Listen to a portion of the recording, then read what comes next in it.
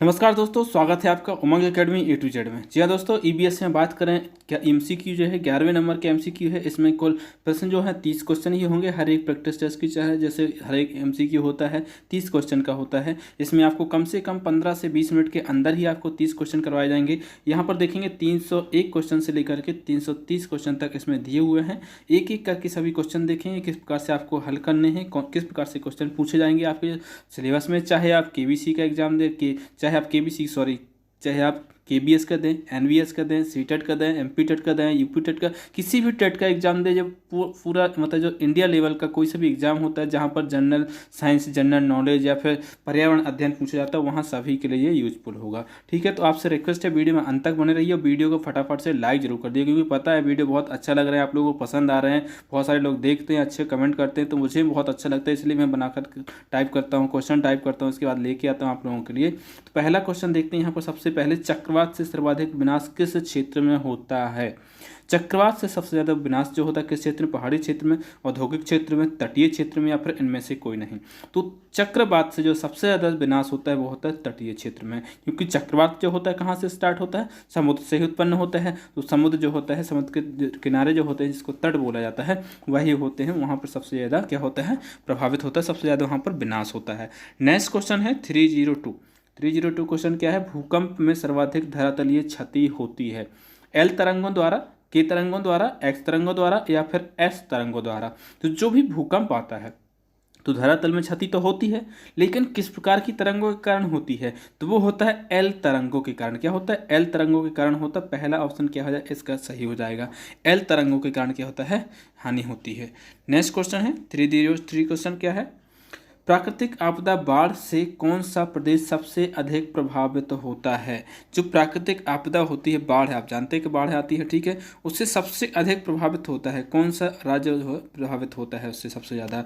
असम, बिहार, उत्तर प्रदेश, या फिर यह सभी? तो क्या होता है सबसे ज़्यादा प्रभावित होता है? ये सभी के सभी राज्य ऐसे हैं जो कि बाढ़ से बहुत अधिक प्रभावित होते हैं। तो इसका सही जवाब होगा इसका सही जवाब हो जाता। लेकिन यदि इनमें से कोई और यदि राज्य दिया होता, जैसे कि मध्य प्रदेश है, जो मतलब ऐसे राज्य जो कि समुद्री तट से सटे हुए नहीं हैं या फिर बाहर जो मतलब में बाहरी सीमा नहीं लगी है, तो उन राज्यों में क्या होता है? जैसे कि आप देखते होंगे मध्य प्रदेश में बहुत कम बाढ़ आती है, और मतलब ऐसे बहुत सारे जिला राज्य हैं जैसे कि हरियाणा है, पंजाब है, इन राज्यों में बाढ़ बहुत कम आती है। जबकि असम में, बिहार में बहुत ज़्यादा आती है, सबसे ज़्यादा बिहार में आती है, असम में आती है, उत्तर प्रदेश में बहुत ज़्यादा आती है। तो सही जवाब होगा था इसका।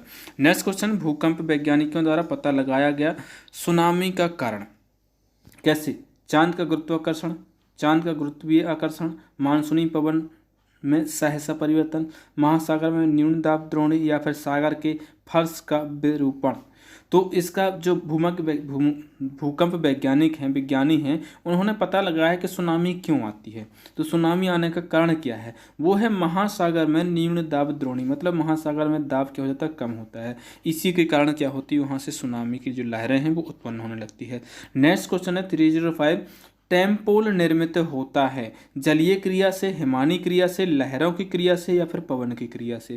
तो टेम्पोल जो निर्मित होता है वो होता है लहरों की क्रिया से निर्मित होता है। तो इसका सही जवाब होगा, सही जवाब हो जाएगा। नेक्स्ट क्वेश्चन है 306, कौन जीव को नष्ट कर देता है लेकिन भवनों को कोई क्षति नहीं पहुंचता? ऐसा कौन सा वस्तु है, ऐसा कौन सा बम ही देखा है? यहाँ पर सभी बम के ऑप्शन हैं। ऐसा कौन सा बम है जो क्या होता है? जीवन को नष्ट कर देता है। जीवन तो पूरा नष्ट हो जाता है उससे, लेकिन क्या होता है? जो भवन होते हैं उनको कोई क्षति नहीं पहुंचती है। क्या है? न्यूटन बम, परमाणु बम, या फिर हाइड्रोजन बम, या फिर इनमें से कोई नहीं। तो जो इसका सही जवाब होगा वो कौन सा होगा सर? हाइड्रोजन बम एक ऐसा बम है जिससे मनुष्य की मृत्यु तो हो जाती है, लेकिन जो आपका बिल्डिंग होती है, मकान बने होते हैं, उसमें किसी भी प्रकार की खरोंच नहीं आती है। ठीक है, तो हाइड्रोजन बम इसका सही आंसर होगा। इसको नोट डाउन कर लीजिए, बहुत ही अच्छा क्वेश्चन है। इस प्रकार के क्वेश्चन हमेशा पूछे जाते रहे हैं और कई प्रकार के एग्जाम पूछे जाए, चाहे आप एसएससी का एग्जाम दो, पीएससी का, यूपीएससी का, हर एक एग्जाम में पूछे जाते हैं। नेक्स्ट क्वेश्चन है, पेट्रोल में लगी आग को बुझाने के लिए जल प्रभावी नहीं होता। आपने देखा हो कई बार पेट्रोल पंप यदि कहीं कभी गए हों तो पेट्रोल पंप पे एक बाल्टी रखी होती है, बाल्टी में रेत भरी होती है। क्यों? क्योंकि यदि कभी बाई चांस यदि आग पकड़ती है वहाँ पर तो उसको बुझाने के लिए वहाँ पर पानी क्यों नहीं रखा होता उन पर, जब रेत की जगह पर? क्यों? उसकी वजह है क्या है? ज्वाला इतनी गर्म होती है कि जल उसे ठंडा नहीं कर सकता। जल और पेट्रोल में रासायनिक अभिक्रिया हो जाती है, मतलब जल और पेट्रोल मिलकर के दोनों जलने लगते हैं। जल और पेट्रोल एक दूसरे के मिश्रणीय हैं, मतलब एक दूसरे में मिश्रित हो जाते हैं।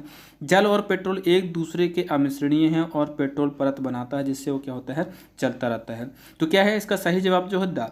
जल और पेट्रोल क्या है? एक दूसरे के अमिश्रणीय, मतलब में एक दूसरे में मिश्रित नहीं होते। जब भी आपने देखा हो तेल, यदि पानी के ऊपर यदि तेल आप डालते हैं, नॉर्मल यदि मिट्टी का तेल भी डालते हैं तो वो भी क्या है? उसके ऊपर तैरने लगता है। जब जनरली इसमें क्वेश्चन पूछा जाता है मच्छर के ऊपर के जहाँ पर पानी भरा होता है तो वहाँ पर मिट्टी का तेल डालते हैं तो मच्छर कैसे मर जाते हैं या फिर क्यों नहीं पनपते? तो उसके जो लार्वा होते हैं, जो भी आप मच्छर पानी पनपते हैं उसमें ऑक्सीजन नहीं मिल पाती जो उसके नीचे होती हैं, तो इस कारण क्या होते हैं? मच्छर नहीं पनप पाते। लेकिन यहाँ पर क्या है?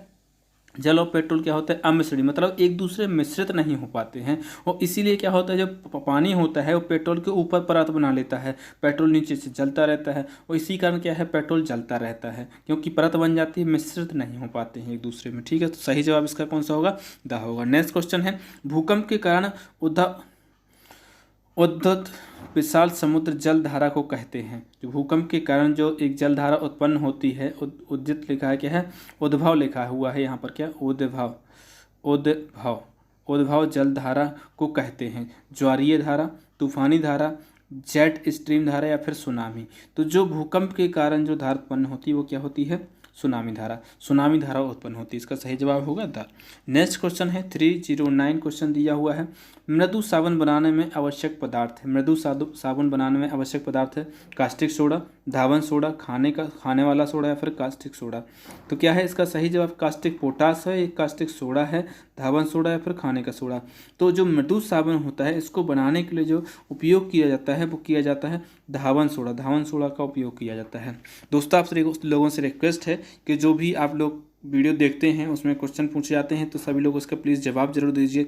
आपके क्वेश्चन कितने सही होते हैं वो कमेंट बॉक्स में कमेंट कीजिए। जो आपसे क्वेश्चन नहीं बना है तो वो भी कमेंट बॉक्स में कमेंट कीजिए कि ये नहीं बना है, क्यों नहीं बना, आपके माइंड में क्या चल रहा था। ठीक है, और बहुत सारे जो वीडियो पड़े हुए हैं चैनल पर पड़े हुए हैं, डिस्क्रिप्शन बॉक्स में उसकी प्लेलिस्ट की लिंक मिलाई तो वहाँ से जा करके आप देख सकते हैं। मानव शरीर, यहाँ पर मानव शरीर लिखा है, क्या लिखा है यहाँ पर? मानव शरीर लिखा हुआ। टाइपिंग के कारण उसमें जो है रा के ऊपर बड़ी की मात्रा चढ़ी है। मानव शरीर के तापक्रम को निश्चित बनाए रखने में मुख्य भूमिका होती है, किसकी होती है?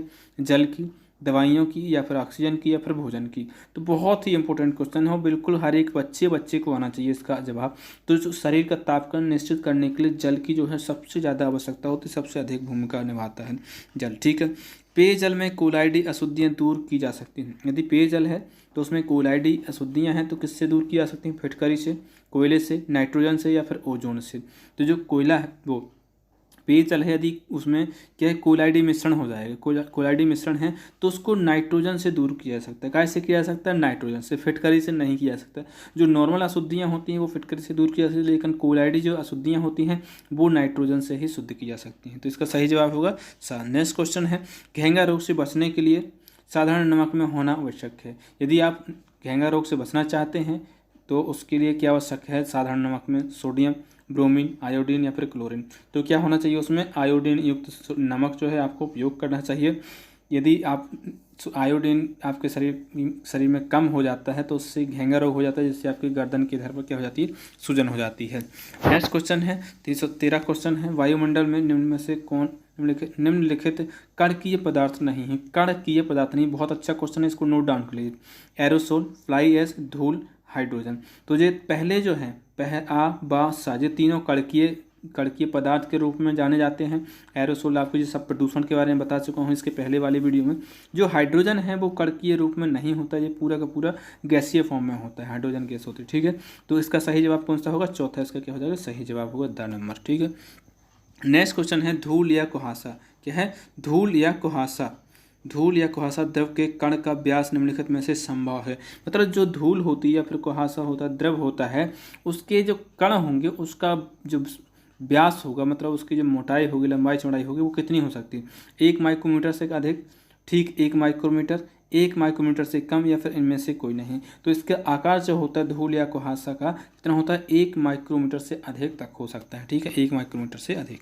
नेक्स्ट क्वेश्चन है 315 क्वेश्चन है, कार्बन डाइऑक्साइड गैस वायु की तुलना में, जो कार्बन डाइऑक्साइड है वो वायु की तुलना में हल्की गैस है, भारी गैस है, ना हल्की ना भारी या फिर इनमें से कोई नहीं। तो जो कार्बन डाइऑक्साइड गैस है वो भारी गैस है, कैसे, वायु की तुलना में भारी गैस है। इसीलिए आपने देखा होगा जब भी सांस कार्बन डाइऑक्साइड की मात्रा अधिक होती है तो सांस लेने में क्या होती है, तकलीफ होती है, जबकि नॉर्मल वायु में नहीं होती है। ठीक है, इसका सही जवाब होगा बा। नेक्स्ट क्वेश्चन है, सड़कों के किनारे वृक्ष लगाने का मुख्य महत्व तो क्या है। यदि आप देखते हैं सड़कों के किनारे वृक्ष लगे होते हैं उसका मुख्य महत्व क्या है, सौर स्तर को नियंत्रित करना, लकड़ी प्राप्त करना, छाया प्राप्त करना या फिर यह सभी। तो जो भी आप पेड़ पौधे लगाते हैं उसका जिस सभी के सभी मुख्य रूप से उसका महत्व है, तो इसका द ऑप्शन क्या हो जाएगा, सही हो जाएगा। नेक्स्ट क्वेश्चन की बात करूँ, क्या दिया, पेड़ पौधे प्रकाश संश्लेषण तथा शोषण प्रक्रिया के द्वारा वायुमंडल में किन किन गैसों के संतुलन को मुख्य रूप से बनाए रखते हैं। कार्बन डाइऑक्साइड तथा ऑक्सीजन को, ऑक्सीजन तथा नाइट्रोजन को, हाइड्रोजन तथा ऑक्सीजन को, नाइट्रोजन तथा हाइड्रोजन को। तो जो पेड़ पौधे होते हैं वो आप सब जानते हैं प्रकाश संश्लेषण की क्रिया में वो कार्बन डाइऑक्साइड गैस को लेते हैं और जो ऑक्सीजन होते हैं उसको छोड़ते हैं। तो जो पौधे जो होते हैं क्या है, पहला और कार्बन डाइऑक्साइड तथा ऑक्सीजन का लेवल जो है वो बनाए रखते हैं, संतुलन उसमें बनाए रहते हैं। नेक्स्ट क्वेश्चन है, वायु में उपस्थित Hg, क्या Hg मतलब क्या होता है, जो Hg को बोला जाता है पारा, इसको बोला जाता है मरकरी को सूंघने पर किस अंग का पर प्रभाव पड़ता है। मतलब में यदि आप Hg खा लेते, पारा को खा लेते हैं या फिर उसको सूंघते हैं तो किस अंग पर प्रभाव पड़ता है, फेफड़े पर, त्वचा पर, बालों पर या फिर तंत्रिका तंत्र पर। तो कहाँ पर पड़ता है, तंत्रिका तंत्र पर पड़ता है। इससे क्या होता है, कई लोगों की मृत्यु भी हो जाती है, इंस्टेंट मृत्यु हो जाती है। पारे का आप उदाहरण देख सकते हैं, थर्मामीटर का उपयोग किया, थर्मामीटर में उपयोग किया जाता है, स्पेग्नोमानोमीटर जो होता है ब्लड प्रेशर नापने की मशीन, उसमें भी इसका उपयोग किया जाता है। मनुष्य एक दिन में कितनी बार श्वसन करता है।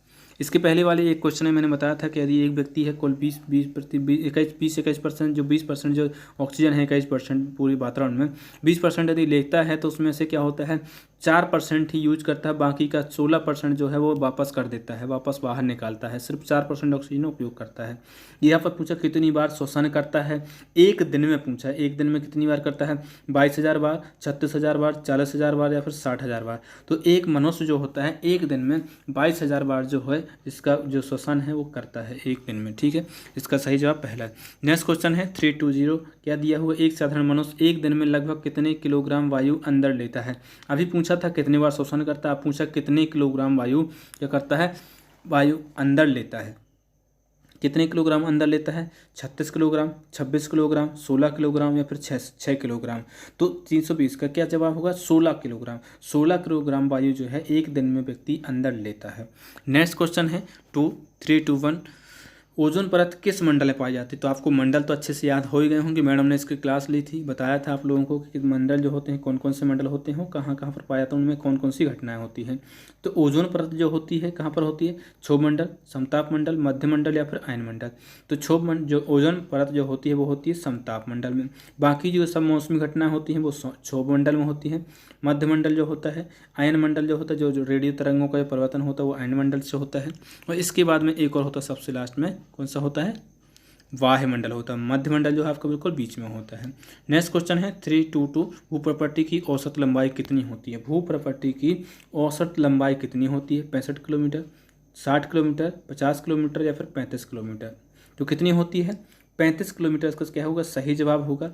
भूप्रपट्टी की औसत लंबाई जो होती है वो कितनी होती है, 35 किलोमीटर होती है। ठीक है, इस कहीं पर ज़्यादा होती है कहीं पर कम होती है, लेकिन जो एवरेज होता है वो 35 है।